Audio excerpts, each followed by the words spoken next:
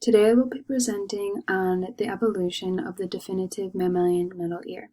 The structures contained in the middle ear today were not always there, in particular the malleus, incus, and stapes. But throughout evolutionary processes like survival and fitness advantages, these structures reside in the middle ear today. Throughout much research, it has been shown that there are multiple hypotheses as to how the definitive mammalian middle ear became the structure it is today.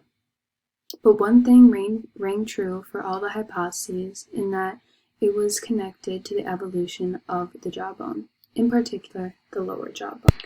Throughout this presentation, I will talk to you about the developmental processes and evolutionary relationships that led to the formation of the definitive mammalian middle ear and how it is directly linked to the jawbones.